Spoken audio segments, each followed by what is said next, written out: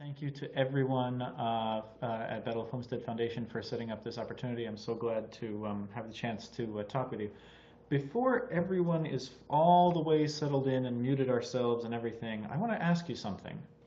And I want to just jump in and ask you to think about a time when you were at a big meeting, or you were at a picket line or a protest, and I want you to think about why you would want to sing together with everyone there. Why you might want to do that. And I also want to ask you to think about what makes it hard to do that. What makes it hard to sing together with people when you're out at the picket line? I was over at the API line a couple weeks ago. I don't know how many picket lines you've been in recently, folks, but I'm sure you've been at a good few things. If you have any thoughts about that, I will try to take a look at the chat now, although I won't be able to look at it when I'm actually doing the talk. So if you want to take a minute and think about that, we can. And while you are maybe typing some things in there, I'll just briefly add a little more self-introduction. I have my PhD in linguistic anthropology. So among all the things that Larry correctly and kindly mentioned, I also have a sort of specialty in language stuff. Not even musicology, not even ethnomusicology, but I also help to direct, or rather I direct, I'll say, the Pittsburgh Labor Choir. So yes, so we can learn more about the Labor Choir together later if you want. I'm looking at the chat now. And yes, I have one or two people asking me to turn up my my volume. So please let me know if I'm blowing out your speakers with too much or if there's too little, and I can try to make adjustments. It's hard to get people to join in unless the songs are spirited and led by someone with spirit. If it's a dirge, a funeral-like dirge, the songs fail miserably. You want to get solidarity with the group. Okay, yeah, these are some good ones. Yeah. I can't sing, so a lot of people have to sing before I join in. Friends, comrades, this is why we all have to... Can I carry the tune? Question, can I carry the tune? I have somebody saying there's increased energy for the group. That's right, that's right. Yeah, I feel the same way. Yeah, I would tend to agree. Okay, well, thank you so much for those thoughts, and maybe we can have some more as we keep going. Everyone can sing, and if enough sing, no one notices those who are tone deaf. I would tend to agree with that, yes. What's our shared repertoire and knowledge music-wise? Yeah, that's a great question too. That's a question that you have when you're thinking about whether you can sing together, right? Absolutely. So you start there. So okay, we'll keep that rolling, if you will, team. And I'm going to turn off the chat and keep going. And I just want to mention, keep writing comments or questions in the chat window in Zoom, and we'll come back to those about 8:35, 8:40, and we'll have hopefully if I'm not going on too long. And I want to invite you to sing along at home a couple of times during this, a good number of times, so we'll see what feels good with that. But I want to invite everyone to stay muted on your end until at least Q&A time for a couple of reasons. Because of the way Zoom and things like it work, we'll just be way offbeat from each other no matter how much we try. And Zoom can only play one or two different audio inputs, so it's going to jump randomly between different people. And the worst of all is that you might get caught singing along when you didn't mean to be heard by everyone, and suddenly you're going to be on display. So just watch out for that. Okay. So today we're talking about union songs and protest songs. First, we must ask, what is a song, right? What is a song? There are very few things that are common across every human culture.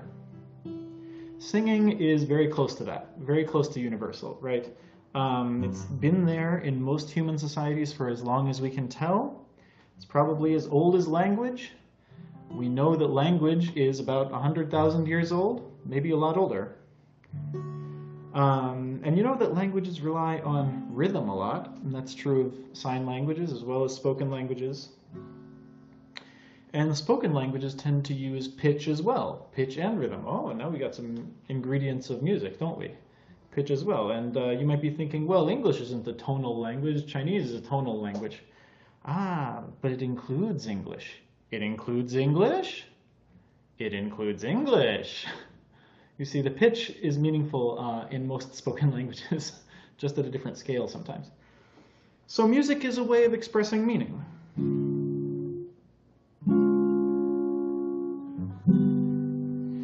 And a lot of meaning that we want to express is to persuade people of something. You know, you might want to persuade people, a bunch of irreverent people, how wonderful God is. Or you might want to persuade your sweetheart, your lovely sweetheart, how madly you're in love with him.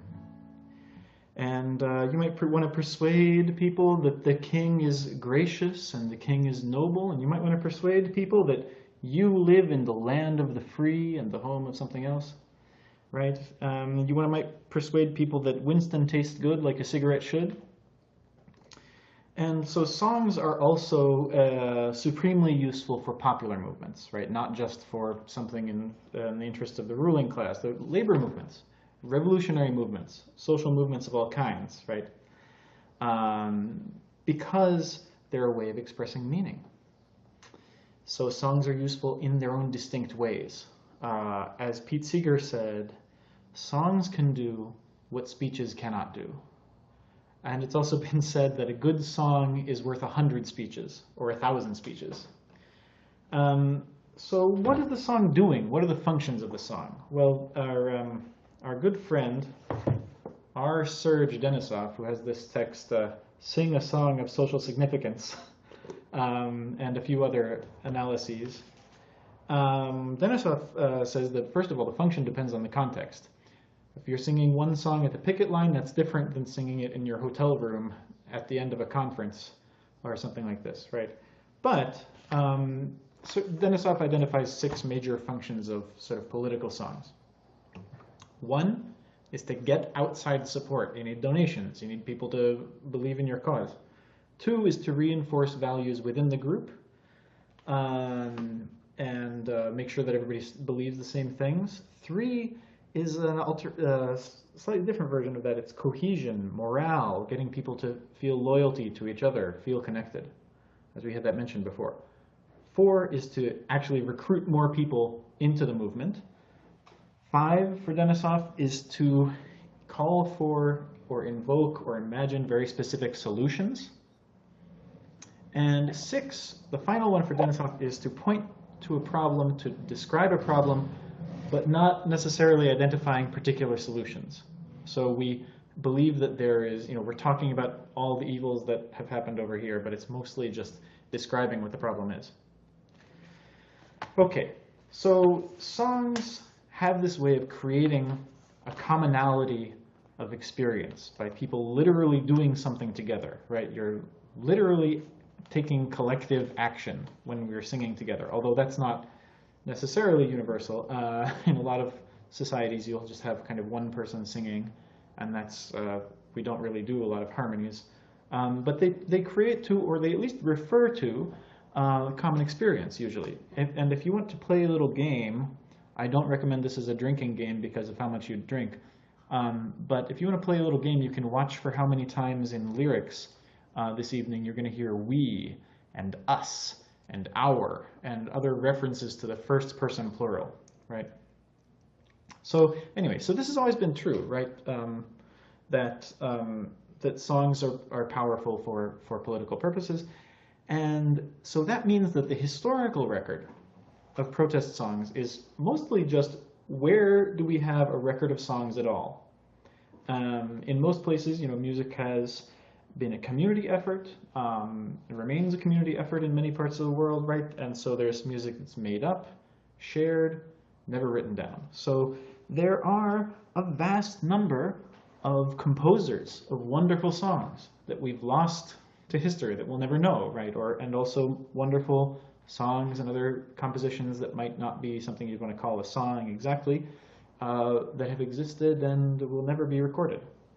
So we think about what we have recorded and available to us easily. The oldest songs of popular movements that we can think about include some really old English songs. They include the Cuddy Wren, which is a song of the 1381 peasant revolt in England. And there's also Stand Up Now, which is also called the Diggers' Song, which was written at the time of the Levelers movement or the Diggers movement in 1649. And so this is an early, it's considered often an early anarchist movement that believed in leveling society, right, making everyone equal. So, you noble diggers all, stand up now, you noble diggers all, stand up now. Like so, right?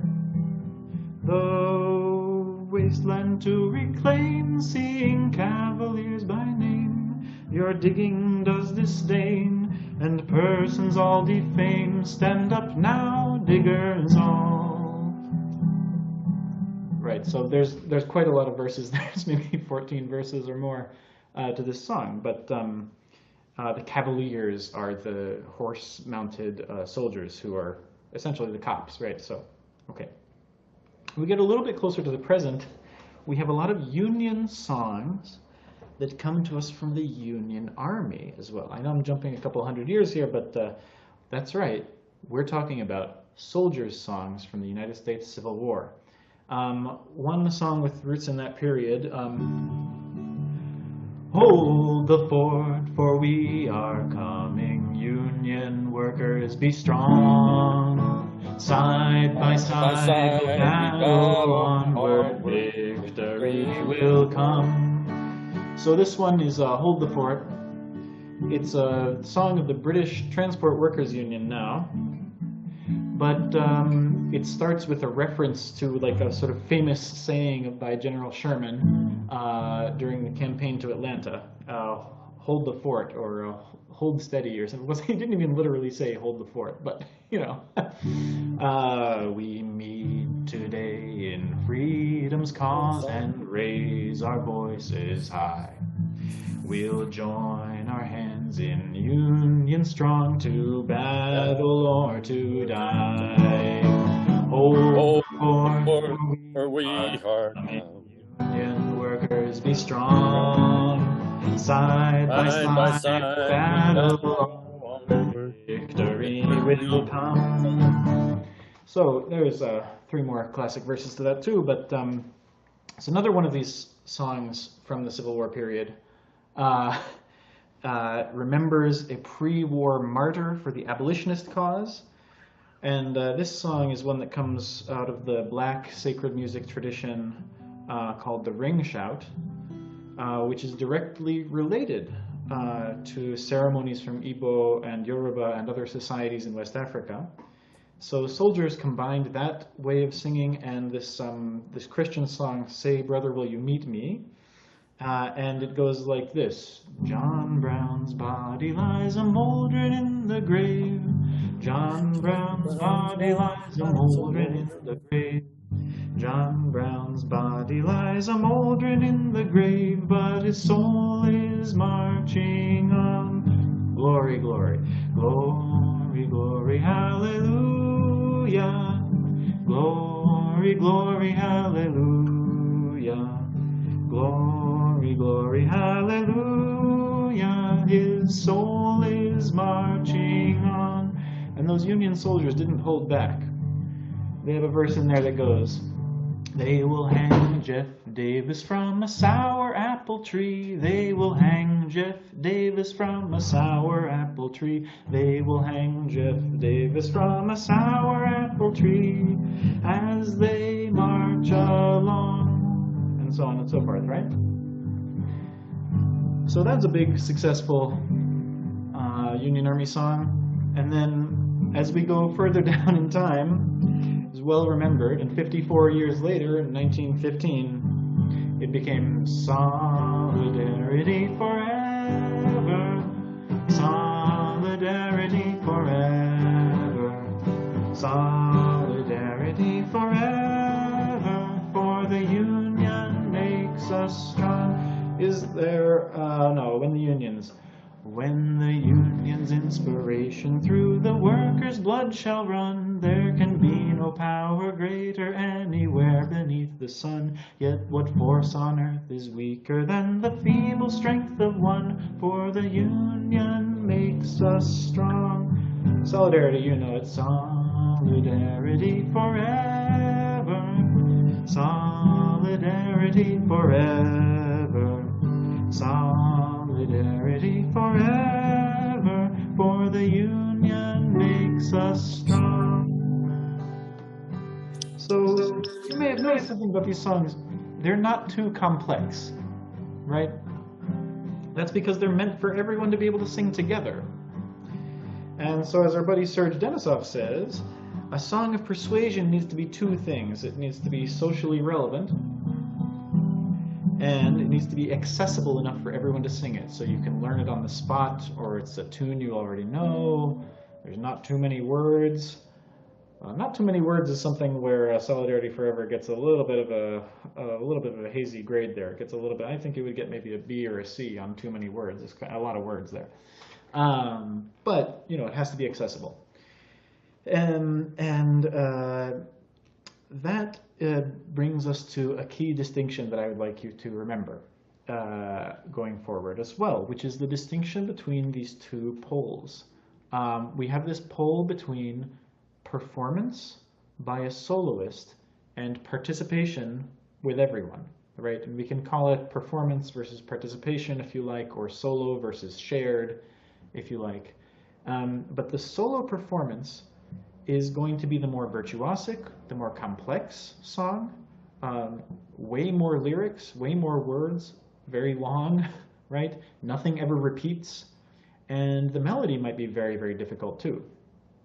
And then the song that's for everyone to sing together is going to have many parts that repeat. Maybe the entire song is just repeating the entire way through.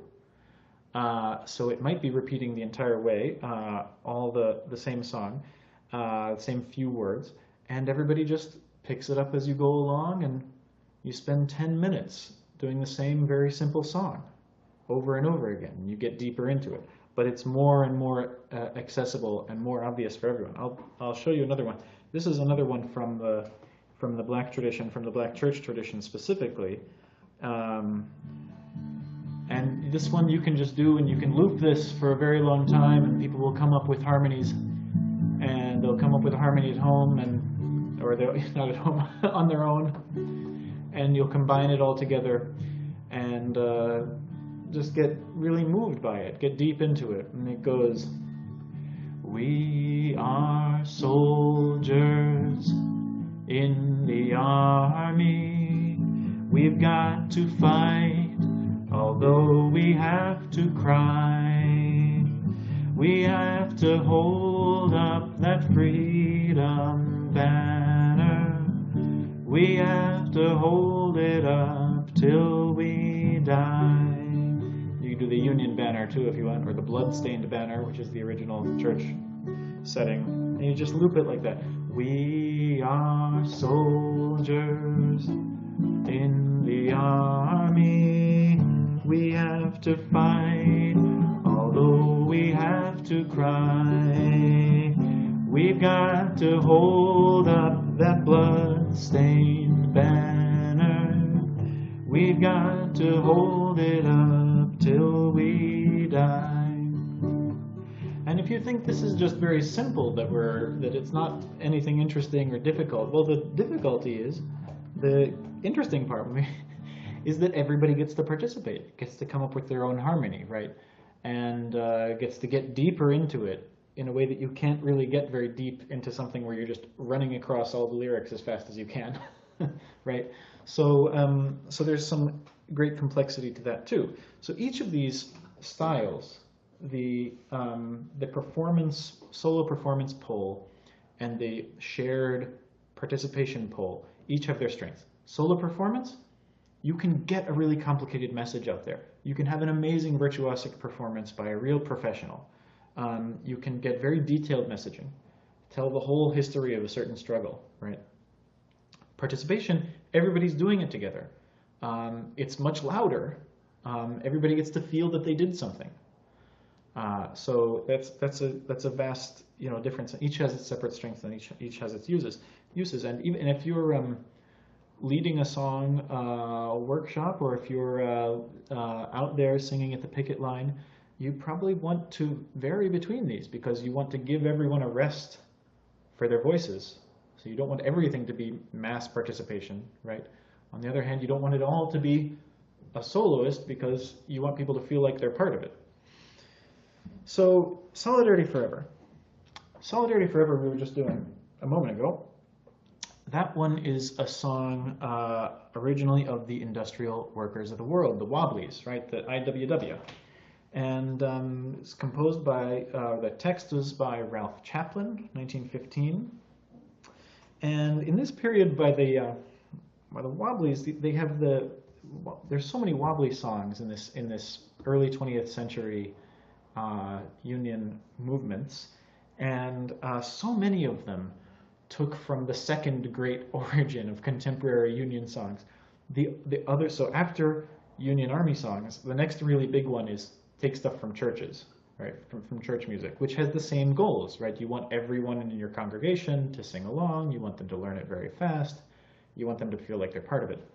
So, but the Wobblies were typically pretty sour or pretty parodic, I would say, toward church music. And so they would take all these church songs, like there is power in the blood of the Lamb, right?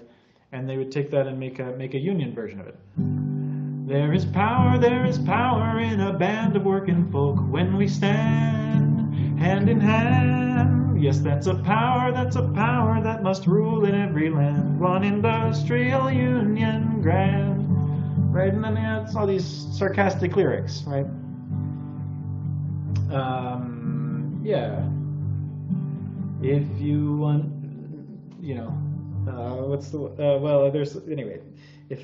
if you like to lick the boot of your boss, then nod and agree to whatever they like. If you would turn every win into a loss, then sign away your power to strike.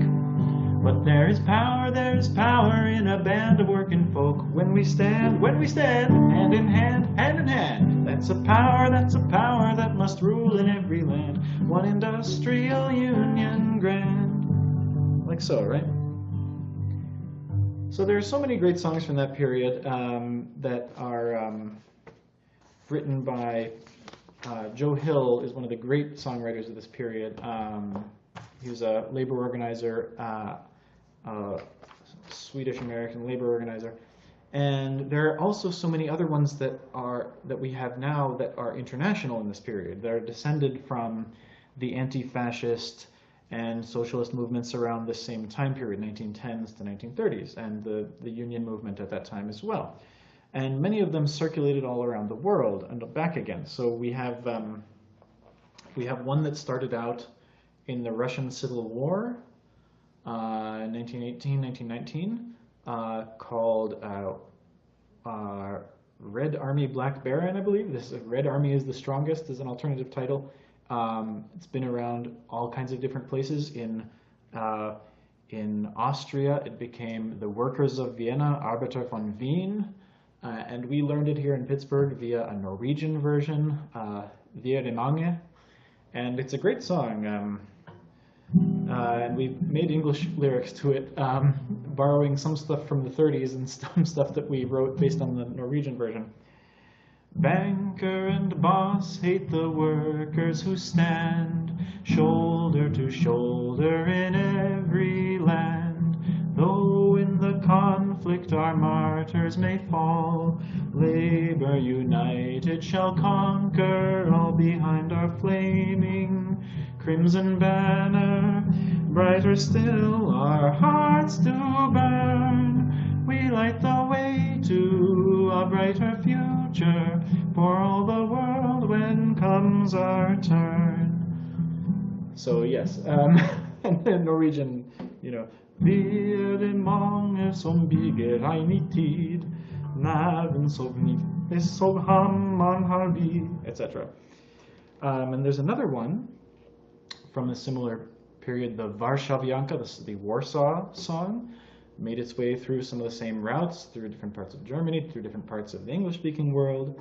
You may know from this period as Whirlwinds of Danger. There's a famous recording that Paul Robeson did of this. Whirlwinds of danger are raging around us, o'erwhelming forces of darkness assail. Still in the fight see advancing before us, red flag of liberty that yet shall prevail. And it's also very well known as a song from the Spanish Civil War, A las Barricadas. Negras tormentas agitan los aires, nubes oscuras nos impiden ver, aunque nos espere el dolor y la muerte, contra el enemigo nos llama al deber, and so on. And there was a huge amount of popular movement singing in this period, right? So I've indicated that people sing together. It's a thing that human beings do, right? And so there's a vast amount of that at this time. In the 1920s, 1930s, there was a lot of hope for the labor movement at the time, and there were these socialist governments in some parts of the world that people had a lot of hope for there and elsewhere. And it's a little bit hard to imagine in some corners of American life today. There's a song, people would come up with songs for different strikes. In 1937, there's a big strike, UAW strike, big strike in Michigan at all the auto plants. The companies were trying to speed up the production line, and people didn't like that too much. They just wanted to slow down and stay at a regular pace and not endanger their bodies and their lives. So one of the organizers, Maurice Sugar, has this one from that time. Sit down, just take a seat. Sit down and rest your feet. Sit down, you've got 'em beat. Sit down, right? And if the boss won't talk, don't take a walk. Sit down, sit down. When the boss sees that, he'll want to chat. Sit down, sit down, sit down, just take a seat. Sit down and rest your feet. Sit down, you've got 'em beat. Sit down, like so, right? So the concept was you're sitting down in the factory. You're not leaving outside. You're sitting down at your station so no scabs can come in and take your job. And as with so many other areas of American life, I'm sure many of us here were wondering when this moment was going to come. Yes, so many of these songs, well, as I mentioned a little bit earlier, come from black culture, come from black people, black composers. And one of the greatest authors of this kind of protest movement in that era, in the 1930s especially, was this guy, John Hancock. And John Hancock, I've got a little bit to read about John Hancock for you. Pete Seeger described John Hancock as one of the 20th century's most important folk musicians. Long before John, generations of African Americans had produced marching songs, meeting songs, songs of repentance, songs of group and personal liberation, songs of love and solidarity, songs pointing out evil, songs of labor, songs of faith and spiritual quest. The black song tradition provided an almost inexhaustible storehouse of tunes and lyrics to fight against impossible odds to achieve something glorious and new, yet preordained and righteous. Enslaved people had frequent recourse to their music, and they used it in almost every conceivable setting for almost every possible purpose. So there's a little bit more here, but essentially what the author here is telling us is, black songs intrigued white people, and even during slavery could sweep white people up into the spirit of a camp meeting or provide emotional structure to others. So bridging, and people like John Hancock were using this song technology explicitly and intentionally for these purposes. So bridging the racial and class walls that divided people is exactly the function that John Hancock's music and poems would have in his work as an organizer with the Southern Tenant Farmers Union, where he is known for a lot of his work. So following the 1930s, there's a great amount of political music in the Second World War. And after the Second World War, we begin to see some changes developing. The Red Scare happens when a lot of American popular life and politics is oriented around fear of communism, fear of some idea of what communism is and what it's going to do to us. And so it becomes essentially impossible to have a career if you have anything to do with communism and so on and so forth. Big cultural shift at this time, and the same activists who had been involved in the labor movement, in a multiracial labor movement, start to collect around the great momentum that the civil rights movement that is developing a lot of steam and sort of taking over the national stage at this time in the 1950s and 1960s. Then into the 1960s, 1970s, we have essentially other movements that develop, other permutations of the civil rights movement, which never really ended, but other movements that gain precedence at this time, prominence: the women's movement, disability movement, the American Indian movement, and gay rights movements, and others that develop. Now during this period, from 1960s to 1980s, we have a great change in the amount and the quality of massed singing for political purposes, right? Of movement singing, especially in white U.S. culture. I don't want to say that this is universal, that everywhere this has decreased, but there is a decreased prominence of big collective singing. But it's certainly not gone, right? It's certainly not gone. And there's some other songs that have been really great that have come out in the years since. And this is not even that new, but 1984 is deep into this period of music being less of a tool for public politics. And this wonderful Union song. We're not gonna take it. No, we ain't gonna take it. We're not gonna take it anymore. We're not gonna take it. No, we ain't gonna take it. We're not gonna take it anymore. You know, that song's over. And you know this one because it's out there. Twisted Sister, right? Important labor leaders, I guess, because you see it in action, right? You see it being used. You look at the videos of the teacher strike in Oklahoma and in Kansas and so on, and you've got hundreds, thousands of people singing this together, so there's no further proof that's needed that that's a good Union song. So there is collective singing, right? But it's diminished. And why is it decreased? Why do we have a hard time singing together at rallies, at picket lines, at meetings, or conferences, right? It's not impossible, but it feels awkward.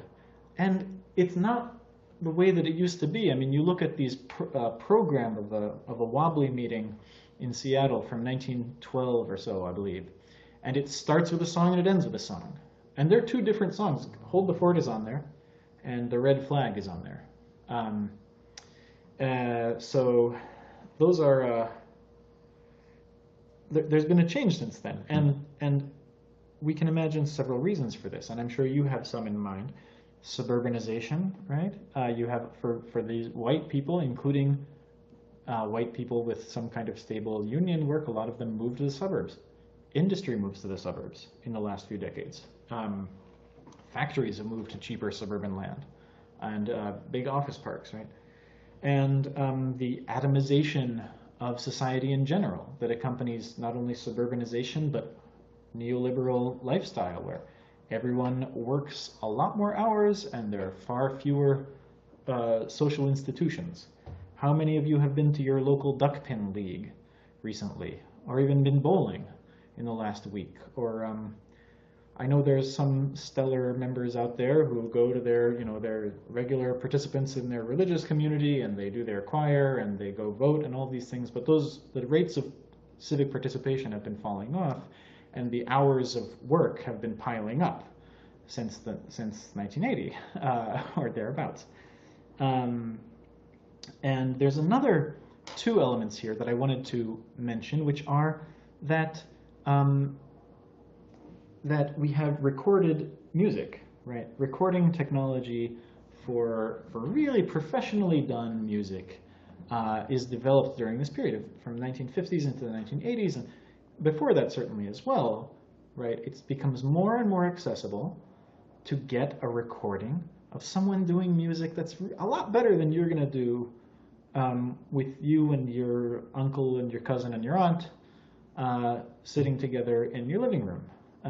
It's a lot more impressive, and it's a lot more accessible, and so that starts to get used. And so if you are struggling to think of a time when you were at a rally or a protest or a picket line when everybody sang something together, let me offer you this possibly easier challenge, to think of a time when something was played from a loudspeaker at a big public event like this, right?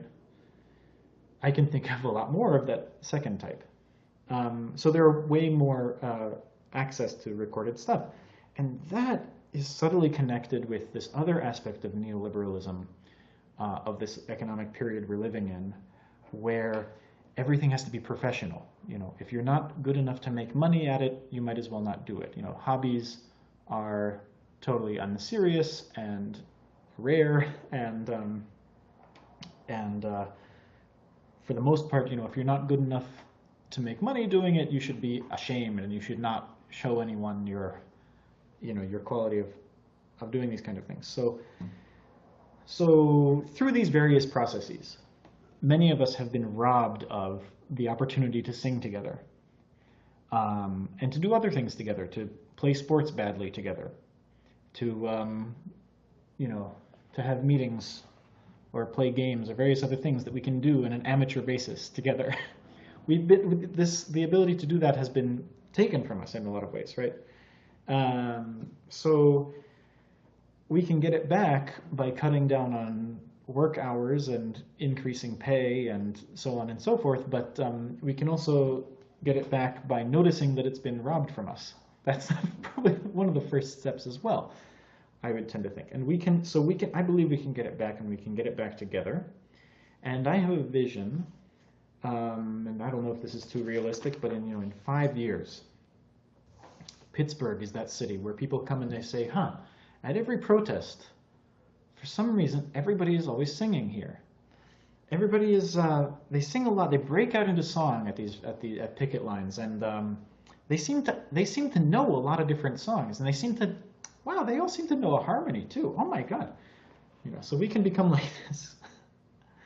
So how do we get there practically? This is the other question. We have to talk techniques, and I want to spend 10, 15 minutes talking about techniques, and maybe I won't go on too much longer than that. But how do we get there, and what do we need to do music practically together? So I think we have to start with rhythm, because some of you were saying, I feel tone deaf, I feel like I can't sing in tune. All right, well, let's think about rhythm then.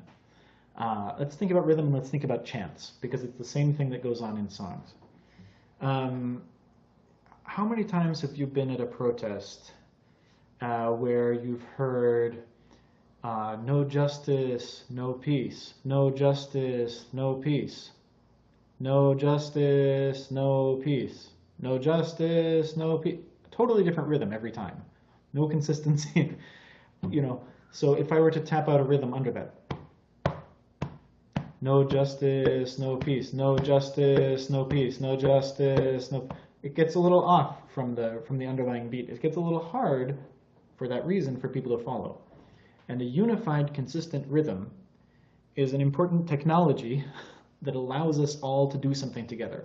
We do it together in time by having consistent rhythm. So You want to enchant people when you're doing a chant, right? You want to put them into the chant, right? You want to bring them into the song, bring them into the rhythm, enchant them. So you need to give them something dependable, reliable, that they can lock into.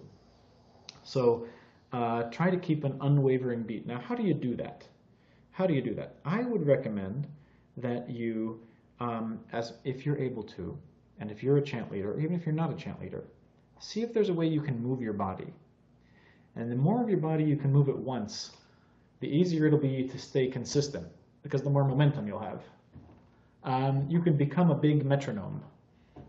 A big metronome made of people.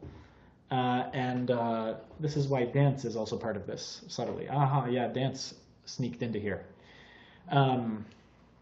as well. And the other thing about moving your body or moving something you're holding is that it's a visual cue too, which is really great for those times when you're stretched down 5 city blocks and you're off time because you can't hear them very well, but if you could see, that helps. And I also want to recommend, if you have the drum, if you have the cowbell or whatever you've brought to the protest, let's see. We got the chant, if we don't get it, shut it down. If we don't get it, shut it down. If we don't get it, shut it down. At half tempo you do too, right? But if you tap, if we don't get it, then I've been tapping over top of the words. It might drown out the words a little bit, make it a little harder to hear them. If we don't get it, shut it down. What would be helpful there would be to put something in between the words to maintain the rhythm a little bit. Maybe a little soft and loud. If we don't get it, shut it down. If we don't get it, shut it down. If we don't get it, shut it down. We don't, something like that, right? So experiment with that if you like, but to fill in the gaps, right? Especially you have something like no justice, no peace. No justice, no peace. No just, there's a long gap there, no peace.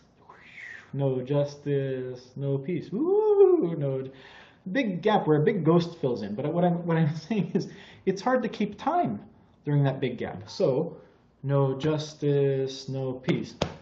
No justice, no peace. No justice, no peace. Like this, right? Lead into it. Might be a good thing to do if you've got that drum. And the other thing is, how many times you've been at a protest and somebody's printed out a wonderful, chant sheet. Okay, the chant leader, the person who had the megaphone, they've got the chant sheet. Okay, and they're nervous. It's hot. They don't have enough water. They're reading the chant sheet, but what they end up doing is reading the first chant, immediately reading the next chant, immediately reading the third chant, and so the people marching are there's no rhythm that we're getting into because each chant has its own different rhythm. So I want to invite you to consider, and this is coming back to songs in just a second. I want you to imagine looping the chant 10 times, or looping it for 10 minutes, just the one thing, because then you can get people imagining alternative versions of it, actually figuring out what you were saying, right, and taking ownership of it in a way. As for songs, okay, and as for putting melodies in, I'm not usually a huge fan of Joe Glazer. He's okay. I don't know. I select different music than him, but he has this book that's very, very useful. This guy right here, Songs of Work and Protest. There's sheet music for a bunch of good things in here. Musicians may complain that many of the tunes are unimpressive, but most of them fulfill the prime requirements of a people's song, that it shall be easy to sing. A great many of the Union's songwriters borrowed their tunes from familiar folk songs, popular songs, or gospel hymns, which were already known to the people for whom they were writing. Glazer has to the men for whom they were writing, but anyway. Bless him. Bless Joe. So so take a song and repeat it for a long time. Why? Because the question is, how are people going to learn the song? They're going to learn it on the spot. They're going to learn it by doing it right there. And so you can take plenty of time to get into it. To take more time getting into it, and people can develop harmonies. They can experiment with something, get comfortable with it, take ownership of it, right? And now you've done it. By the time you've been looping something for a little while, you'll notice, ooh, there's a really great bass line coming out here. That, ooh, there's a wonderful harmony, a third down or a third up that I hadn't expected that would come out of this, but it's emerged from the group, right? There's a couple of ways of getting at harmony. You can do what's called an ostinato, ostinato or something like this, probably. I'm on my way, and I won't turn back, and I won't turn back. I'm on my way, and I won't turn back, and I won't turn back. I'm on my way, and I won't turn back, and I won't turn back. I'm on my way, oh yes, to freedom land. The point here is, I'm on my way, then everybody else, I'm on my way. And by singing those in overlapping way, they create a harmony together. The second half of the first line and the second line coming in, the first half of it, match up together in an interesting way, create a harmony. So I'm just going to loop that 2 more times, and I want you to try it at home, okay? So what your job is, if your mission, if you choose to accept it,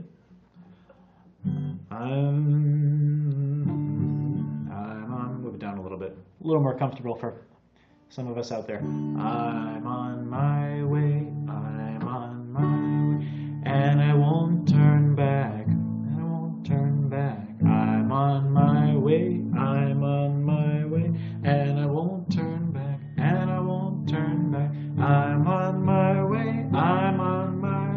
and I won't turn back, and I won't turn back. I'm on my way, oh yes, to freedom land. Now your job is to fill in that second half like I was doing. I'll do the first half, and I'll just stick on it, and then we'll hear that harmony. Well, you will at home, if you wish. I'm on my way, and I won't turn back. I'm on my way, and I won't turn back. I'm on my way, and I won't turn back. I'm on my way, oh yes, to freedom land. So there's a lot of songs like that where you get a nice ostinato following part. You can also do that with a round or a canon, where everybody sings the same short melody, and then they all overlap with each other, and they just loop the whole thing. So it becomes an amazing Ouroboros of chasing each other around. It's quite lovely. There's some really beautiful rounds out there that we'll work on together. One of these times, if you come to the labor choir. Otherwise, if you don't have one of those structures, you need to have a chorus. You need to have that chorus. You need to have that chorus that you come back to. There is power in a band of working folk when they stand hand in hand. Yes, that's a power that must rule in every land. One industrial union grand. Right, you gotta have the thing that you come back to that everybody knows, and then you can have a long verse in between. Narrate all the weird stuff you need to, put in all the jokes, be sarcastic, and all these complicated things, strange rhymes, difficult words. But then you get back to the chorus, it should be a little more straightforward, and everybody knows it. You slam into that chorus, and the main message is in the chorus. Now you can do even better than having a chorus. You can do a song where you repeat the whole thing, right? It just loops forever, like We Are Soldiers in the Army, which we did a little bit ago. But you can also have a song that's called a zipper song. And zipper song is a great idea. Now, that this is a term that was developed by Lee Hayes in, I think, 1941 or so. And this is a period when zipper meant go fast. And it didn't just mean the bit of metal or plastic that closes and opens your garments in your suitcase. it meant you go fast. So the zipper song, you zip in a new line and you create a new verse by just changing one little bit. And the rest of it, the rest of the entire song just repeats the whole way. So this little light of mine, you might know, right? This little light of mine, I'm gonna let it shine. This little light of mine, I'm gonna let it shine. This little light of mine, I'm gonna let it shine. Let it shine, let it shine, let it shine. Hide it under a bushel, hide it under a bushel, no, I'm gonna let it shine. Hide it under a bushel, no, I'm gonna let it shine. Hide it under a bushel, no, I'm gonna let it shine. Let it shine, let it shine, let it shine. And maybe your light is your life and how important it is and how much it needs to be respected. And maybe you want to get that message across to the warden of the prison where you are. So tell the warden, I'm gonna let it shine. Tell the warden, I'm gonna let it shine. Tell the warden, I'm gonna let it shine. Let it shine, let it shine, let it shine. Like so, right? So we can stick in all kinds of different things. And I got another one for you. How about, when the saints go marching in, oh, when the saints go marching in, how I want to be in that number when the saints go marching in. How about a different thing? Let's see. When the rich shall pay their share. Let's say, when the rich shall pay their share, or when the rich shall pay their share, how I want to be in that number when the rich shall pay their share. The thing about zipper songs is you can change what they're about. Just add a new lyric, you can keep going for hours. And I gotta come back to, I told you he was great, John Hancock's. Okay, John Hancock's, yeah, wrote, I think, the best zipper song that there is, which is Roll the Union On. And this is a real party song because you just roll the union over different stuff. You want to roll the union over the boss. Let's capo it up a little bit. Let's change things up for once.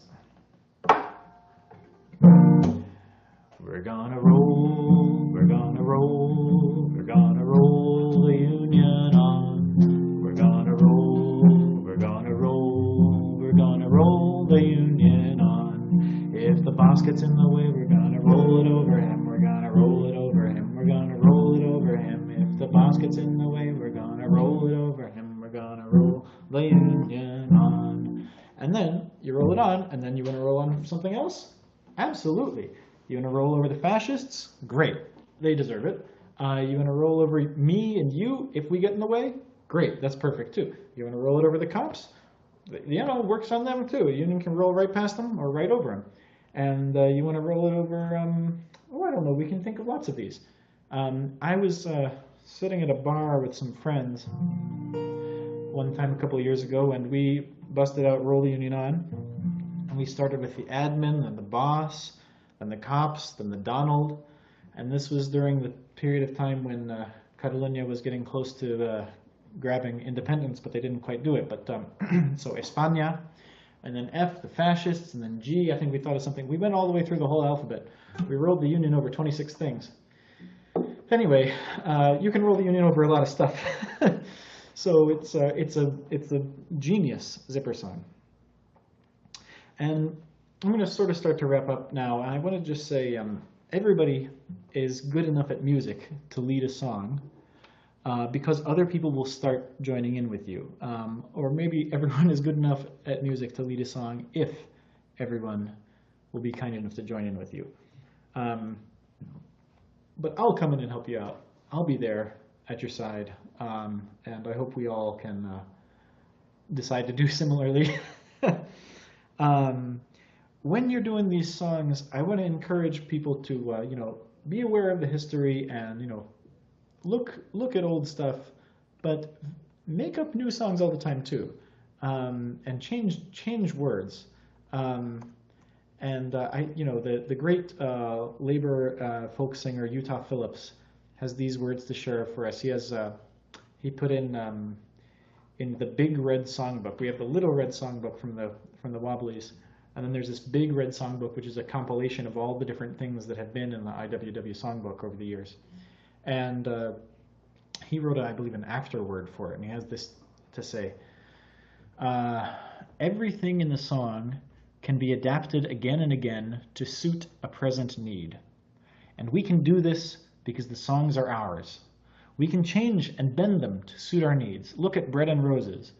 The line, "The rising of the women is the rising of the race," has become, "The rising of the women is the rising of us all." In Joe Hill's Power in a Union, I was singing that for you a moment ago, the line used to be, "Come on, do your share like a man." And now we sing, "Come on, do your share, lend a hand." Even in Solidarity Forever, given our times, many of us don't sing "When the union's inspiration through the workers' blood shall run," but we sometimes sing "When the workers' inspiration through the union's blood shall run." So Utah Phillips says, go ahead and change them up as you need to. And I would recommend that if you're planning to lead songs, or if you're planning to, want to have fun with some of this stuff, that you might want to have a couple of songs in your back pocket. That's one of the easiest things to do. In addition to just thinking carefully about rhythm and so on and so forth, get to know at least one good option, and then get to know it well enough that you won't forget it when you're nervous, because I forget a lot of stuff when I'm nervous, and some of you have seen me do it. A lot of us too, right? I'm not anything magical here, right? So just get one song, and that can be good enough.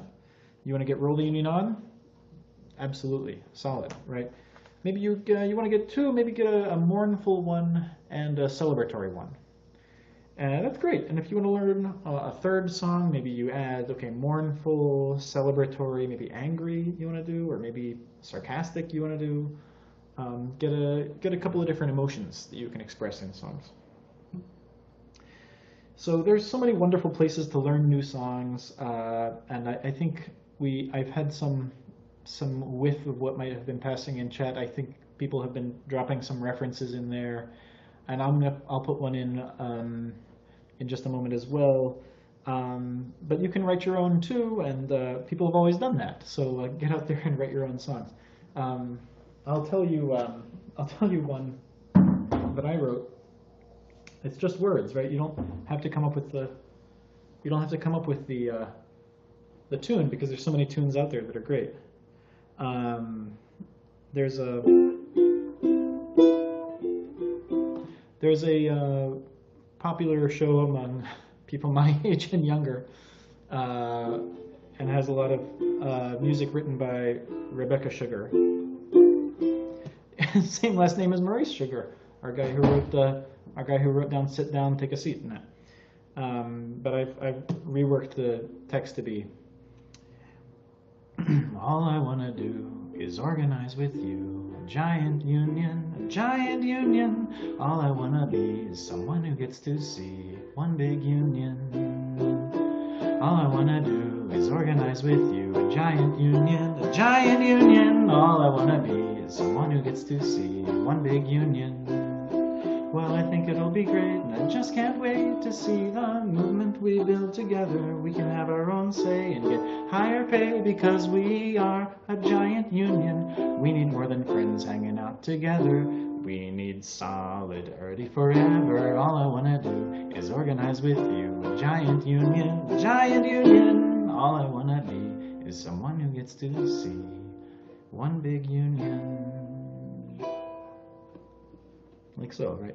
But this is more of a performance song, right? Because it doesn't have a big chorus that's easy and repeats, right? But those are good too. Anyway. Solidarity forever. Solidarity forever. Solidarity forever for the union made. makes us strong.